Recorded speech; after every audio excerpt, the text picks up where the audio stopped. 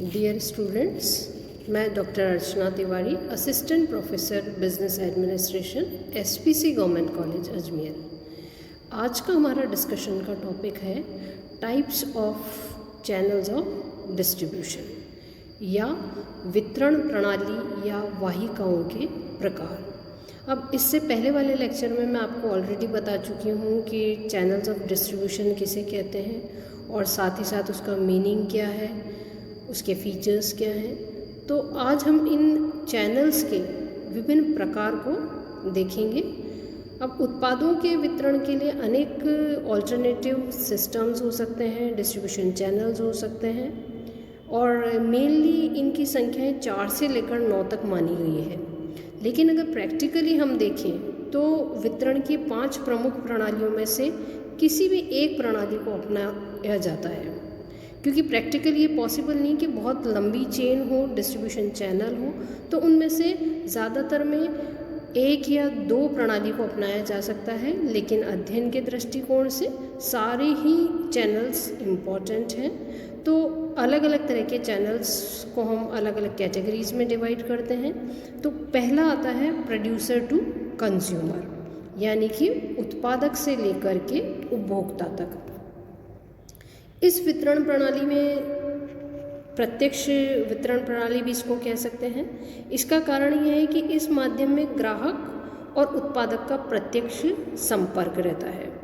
Producer अपना माल बिना किसी मध्यस्थ की सहायता से उपभोक्ता को विक्रय करता है और इस प्रणाली से माल का विक्रय करने पर मिडिलमैन का बिल्कुल अंत हो जाता है।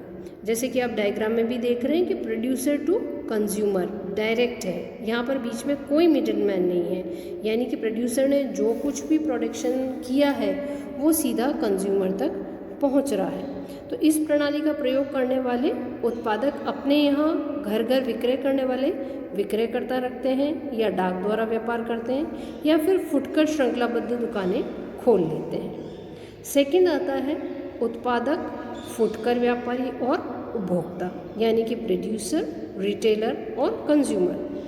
और डिस्ट्रीब्यूशन की इस प्रणाली में उत्पादक अपने माल को फुटकर व्यापारियों को बेच देता है और फुटकर व्यापारी या रिटेलर उपभोक्ताओं को उनकी आवश्यकता अनुसार माल का विक्रय करते हैं।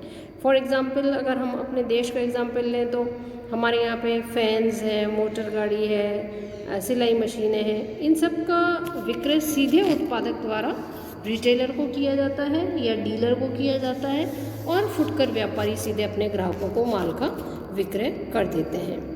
देन आता है प्रोड्यूसर, होलसेलर, रिटेलर और कंज्यूमर, यानी कि उत्पादक, थोक व्यापारी, फुटकर व्यापारी और फिर उपभोक्ता। वितरण की इस प्रणाली में थोक व्यापारी उत्पादक से माल क्रय करता है, फुटकर व्यापारी को माल का विक्रय करता है और पुनः उपभोक्ताओं को माल का विक्रय करता है। देश और विदेश में इस प्रणाली का बहुत ही अधिक प्रयोग किया जा रहा है। नेक्स्ट हम देख सकते हैं इसी तरह डायग्राम में कि उत्पादक है, उसके बाद में डिस्ट्रीब्यूटर है या हम इसको उसके बाद में रिटेलर है, व्यापारी उपभोक्ता है, हो सकते हैं। तो कई उत्पादक अपने डिस्ट्रीब्यूटर के माध्यम से रिटेलर को माल का विक्रय करता है और रिटेलर वापस से कंज्यूमर तक माल को पहुंचाता है। तो ये डिस्ट्रीब्यूटर एजेंट भी हो सकता है और एजेंट के माल के स्वामित्व का हस्तांतरण नहीं होता है, तो इस माध्यम से कुछ मितव्ययता लाई जा सकती है। नेक्स्ट आता है प्रोड्यूसर, एजेंट या ब्रोकर हो सकता है, होलसेलर हो सकता है, रिटेलर हो सकता है और फिर कंज्यूमर हो सकता है। यानी कभी कभी उत्पादक अपने माल के वितरण के लिए एजेंट, थोक व्यापारी, फुटकर व्यापारी सभी को मध्यस्थ बनाता है और इस प्रणाली में उत्पादक एजेंट नियुक्त करता है। The wholesaler will not appoint the agent but the producer will appoint the agent, और जो कि थोक व्यापारी को माल का विक्रय करेगा और उसके बाद में थोक व्यापारी फुटकर व्यापारी को और फुटकर व्यापारी अंतिम उपभोक्ताओं यानी कि फाइनल कंज्यूमर्स को माल का सेल करेंगे। तो वितरण की यही प्रणाली सबसे अधिक लंबी प्रणाली है, क्योंकि आप देख रहे हैं इसमें डायग्राम में भी 5 पर्सन्स यहाँ पे है, प्रोड्यूसर, एजेंट या ब्रोकर, होलसेलर, रिटेलर और फिर कंज्यूमर। तो सबसे लंबी वितरण प्रणाली हम इसको कह सकते हैं। इसीलिए हम इस प्रणाली का बहुत ही कम उपयोग प्रैक्टिकली किया जाता है। ज़्यादातर जो उपयोग किए जाते हैं वो प्रोड्यूसर से रिटेलर और फिर कंज्यूमर के अंतर्गत आ सकता है। तो ये डिफरेंट टाइप्स के चैनल्स ऑफ डिस्ट्रीब्यूशन थे। नेक्स्ट लेक्चर में हम देखेंगे कि वितरण प्रणाली में मध्यस्थों का वर्गीकरण किस आधार पर किया जा सकता है। विभिन्न वितरण माध्यमों में कार्यरत सभी मध्यस्थों को हम दो वर्ग में विभक्त कर सकते हैं, यानी कि जो क्लासिफिकेशन ऑफ मिडिलमैन है वो दो पार्ट्स में किया जा सकता है। पहला होता है क्रियात्मक मध्यस्थ, यानी कि फंक्शनल मिडिलमैन। क्रियात्मक मध्यस्थ वे मिडिलमैन होते हैं जो विभिन्न प्रकार की मार्केटिंग सर्विसेज प्रदान करते हैं और इनका प्रमुख कार्य प्रोड्यूसर से कंज्यूमर तक माल पहुंचाने की क्रिया को सरल करना और उसमें सहायता पहुंचाना हो सकता है। तो इस प्रकार के जो मिडिलमैन होते हैं, यानी कि क्रियात्मक मध्यस्थ, उनको again we can divide in two parts. एक होते हैं फैक्टर यानी कि आड़तिया, और दूसरा होता है ब्रोकर। तो आड़तिया एक ऐसा व्यापारिक एजेंट होता है जो अपने प्रधान के माल को बेचने का काम करता है। प्रिंसिपल का माल आड़तिया के नियंत्रण एवं अधिकार में होता है, जिसे वे अपने प्रधान के हितों को ध्यान में रखकर बेचता है, और इसके कार्य के बदले उसको जो कमीशन मिलता है उसे हम व्यापारिक भाषा में आड़त कहते हैं।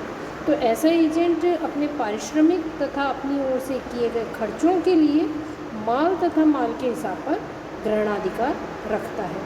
और दूसरा आता है ब्रोकर या दलाल।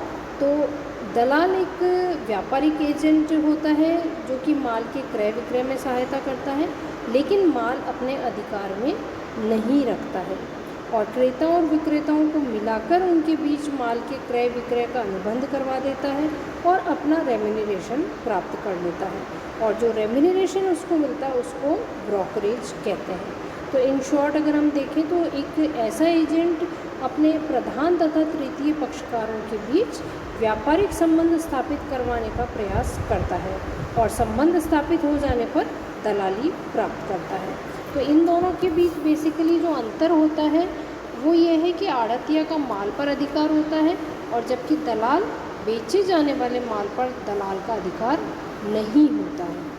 दूसरी चीज़ जो है, आड़तिया अपने प्रधान का माल अपने नाम से बेच सकता है, जबकि दलाल अपने प्रधान का माल अपने नाम से नहीं बेचता है। आड़तिया को जो पारिश्रमिक मिलता है उसे आड़त कहते हैं, और दलाल को जो पारिश्रमिक प्राप्त होता है उसे दलाली कहते हैं। साथ ही साथ आड़तिया नियोक्ता की ओर से विक्रय किए गए माल का भुगतान प्राप्त कर सकता है, उसकी रसीद भी दे सकता है, और लेकिन दलाल को इस प्रकार का अधिकार नहीं होता है।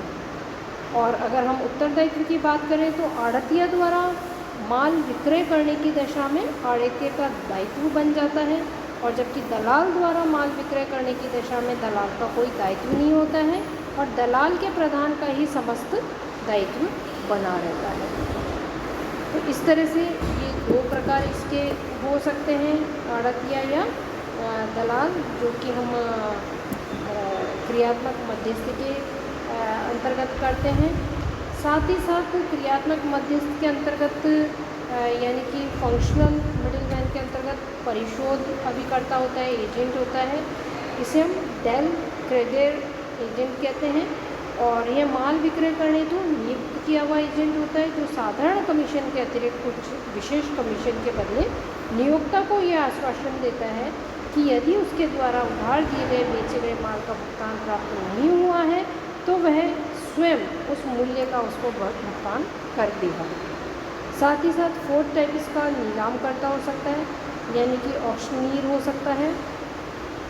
माल को नीलाम करने वाला व्यक्ति भी माल के स्वामी का एजेंट होता है, जो कि माल नीलाम करने के लिए नियुक्त किया जाता है और माल का विक्रय करने के लिए बोली लगवाता है, और जिस व्यक्ति की बोली यानी कि बिड सबसे ऊंची होती है उसे माल सौंप दिया जाता है और भुगतान ले लिया जाता है। इसी के अलावा आयात एजेंट हो सकते हैं, इंपोर्टिंग एजेंट होते हैं।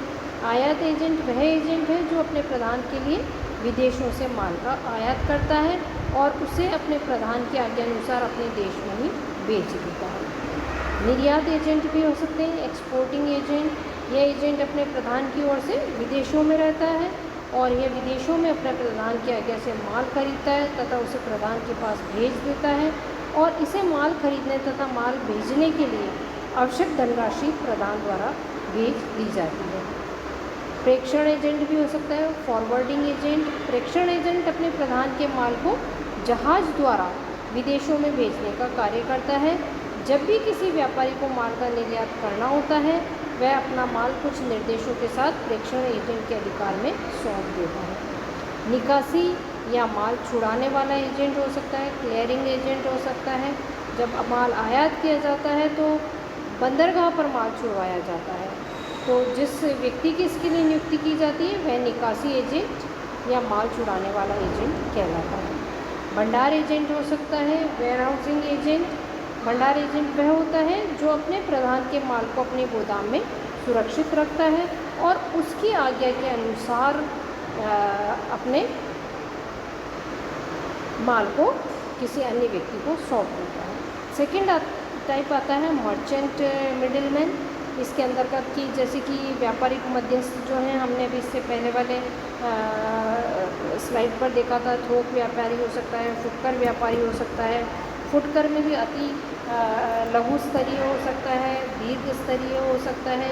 तो ये अलग अलग प्रकार के मध्यस्थ हो सकते हैं जिसका कि इस लेक्चर में हमने डिस्कशन अभी किया है।